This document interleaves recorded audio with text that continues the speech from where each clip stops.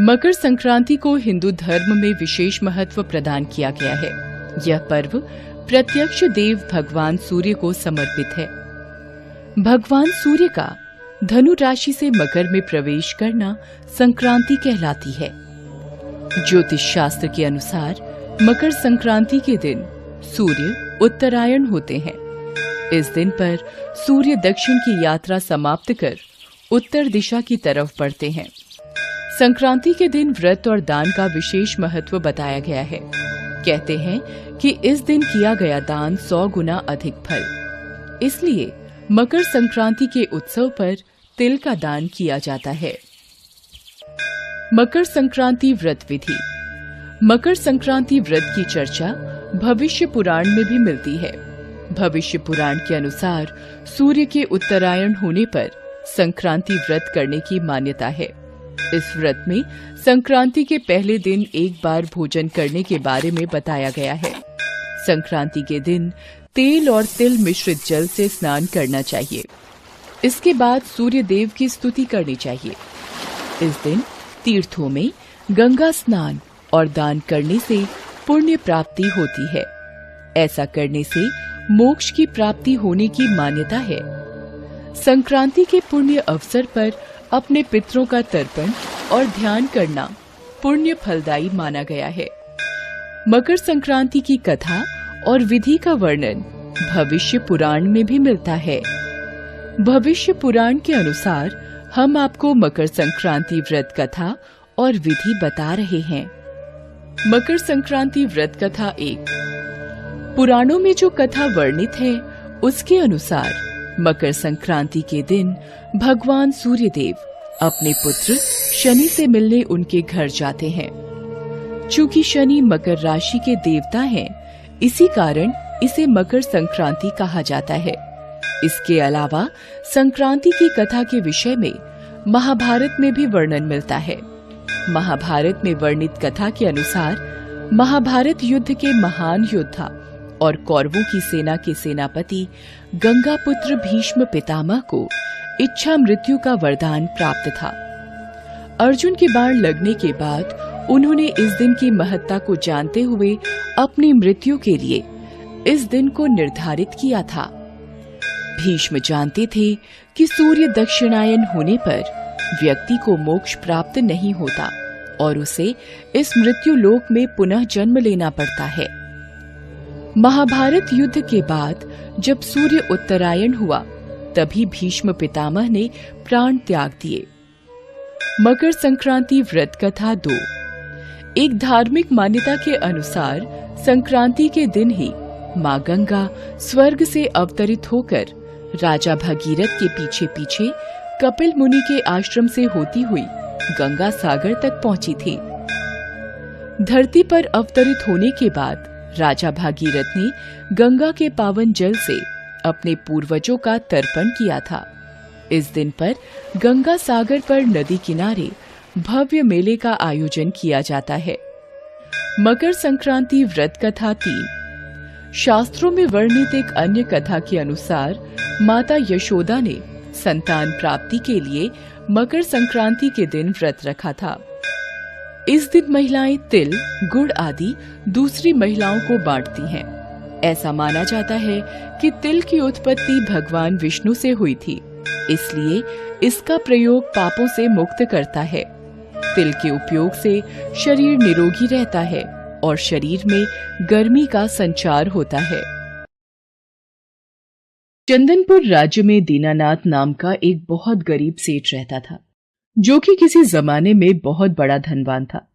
जब सेठ धनी था, उस समय सेठ ने बहुत पुण्य किए। गौशाला बनवाई, गरीबों को खाना खिलाया, अनाथ आश्रम बनवाए और भी बहुत से पुण्य किए थे। लेकिन जैसे जैसे समय गुजरा, सेठ निर्धन हो गया। एक बार सेठानी जब बाजार से कुछ सामान ला रही थी, तब उसने सुना राजा के सैनिक कुछ ऐलान कर रहे हैं। सुनो सुनो, सारे नगरवासियों के लिए राजा विक्रमजीत का आदेश है कि यदि किसी व्यक्ति ने कोई पुण्य कार्य किए हैं तो वो अपने पुण्य बताएं और अपने पुण्य का जो भी उचित फल है वो इनाम स्वरूप राजमहल से ले जाएं। क्या जिसने भी पुण्य किए हैं उन्हें राजा इनाम देंगे। फिर तो ये बात मैं इन्हें जाकर अभी बताती हूँ। गरीबी में दिन गुजारते हुए हमें भी कहाँ रातों को नींद आती है। सेठानी घर जाकर सारी बात अपने पति को बताती है। सुनिए जी, मुझे आपको कुछ बताना है। बहुत ही जरूरी बात है, जिसे सुनकर आप भी बहुत खुश होंगे। राजा विक्रमजीत ने राज्य में ऐलान किया है कि जिस भी व्यक्ति ने जीवन में कुछ भी पुण्य कार्य किए हैं, वो उन्हें जाकर राजा को बताए तो वो बदले में इनाम स्वरूप बहुत सा धन देंगे। और हमने तो बहुत पुण्य किए हैं। आप राजा के पास जाओ और अपने पुण्य बताकर उनका जो भी फल मिले ले आओ। अगर ऐसी बात है तो मैं कल ही राजा के पास चला जाऊंगा। मैंने तो इतने पुण्य कार्य किए हैं कि गिनते गिनते राजा भी थक जाएंगे। और अगले दिन ही सेठ दीनानाथ राजा से मिलने जाने के लिए तैयार हो गया। जब सेठ महल जाने लगा तो सेठानी ने सेठ से कहा, सुनो जी, ये रास्ते के लिए 4 रोटी बनाकर बांध दी है। राजमहल दूर है, भूख लगी आएगी, कहीं थोड़ी देर रास्ते में रुककर खा लेना। सेठ दीनानाथ घर से निकल पड़ा। गर्मी का समय था, दोपहर हो गई थी। बहुत गर्मी है। दोपहर में तपती धूप में चलना थोड़ा मुश्किल है। प्यास भी लगी है। सामने तालाब से पानी पीकर वृक्ष की छाया में क्यों ना बैठकर थोड़ा आराम कर लूं और रोटी भी खा लूंगा। सेठ दीनानाथ वृक्ष के नीचे रोटी रखकर पानी से हाथ मुंह धोने लगा। तभी वहां पर एक कुतिया अपने 4-5 छोटे छोटे बच्चों के साथ पहुंच गई और सेठ के सामने प्रेम से दुम हिलाने लगी। अरे, लगता है ये कुतिया भूखी है, तभी अपनी दुम हिला रही है। शायद ये मेरे से कुछ खाने के लिए मांग रही है। लगता है इसे मेरे पास से रोटी की खुशबू आ गई है। रुक, मैं अभी 2 रोटी तुझे देता हूँ। कुतिया को देखकर सेठ दीनानाथ को दया आ गई। सेठ दीनानाथ ने 2 रोटी निकाल कुतिया को डाल दी। कुतिया भूखी थी और बिना समय लगाए कुतिया दोनों रोटी खा गई और फिर से सेठ की तरफ देखने लगी। लगता है ये 2 रोटी इस कुतिया के लिए कम रहेगी। इसके 4-5 बच्चे इसका दूध भी पीते होंगे। 2 रोटी से इसकी भूख नहीं मिट सकती।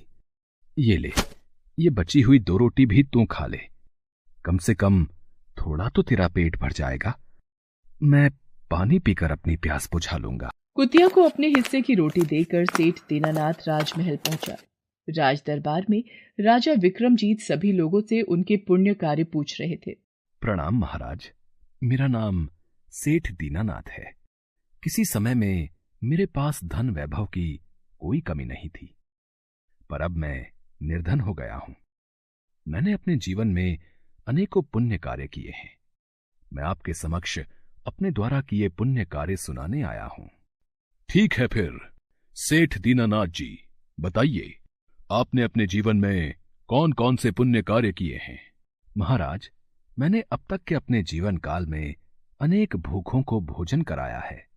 अनाथ बच्चों के लिए अनाथ आश्रम और गरीबों के लिए अस्पताल तथा गायों के लिए गौशाला बनवाई हैं। राजा विस्तार से सेठ दीनानाथ के द्वारा किए सभी पुण्य कार्यों के बारे में सुन रहे थे और सेठ दीनानाथ अपने द्वारा किए गए सभी पुण्य कार्य बताता जा रहा था।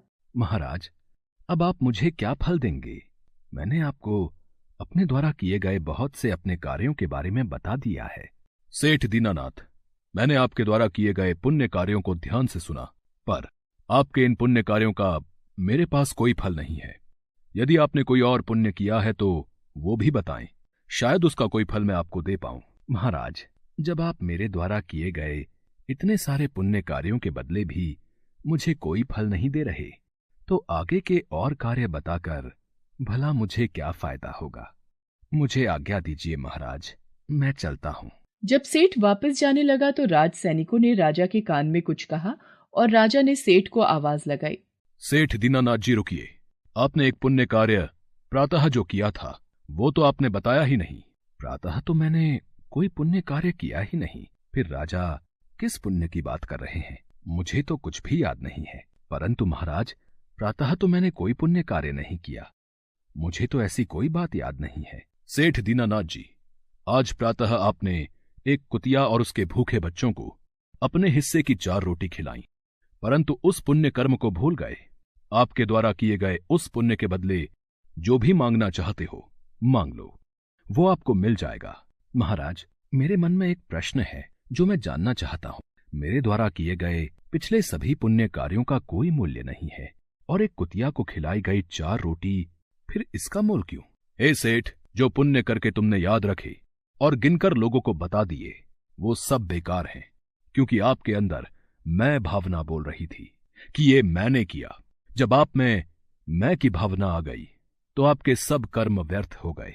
जो सेवा सुनाकर की जाए, भला वो सेवा ही क्या, परंतु जो सेवा प्रातः आपने रास्ते में कुतिया को 4 रोटी का पुण्य करके की, वो आपकी सबसे बड़ी सेवा है। उसके बदले आप मेरा सारा राज्य भी ले लें तो भी बहुत कम है।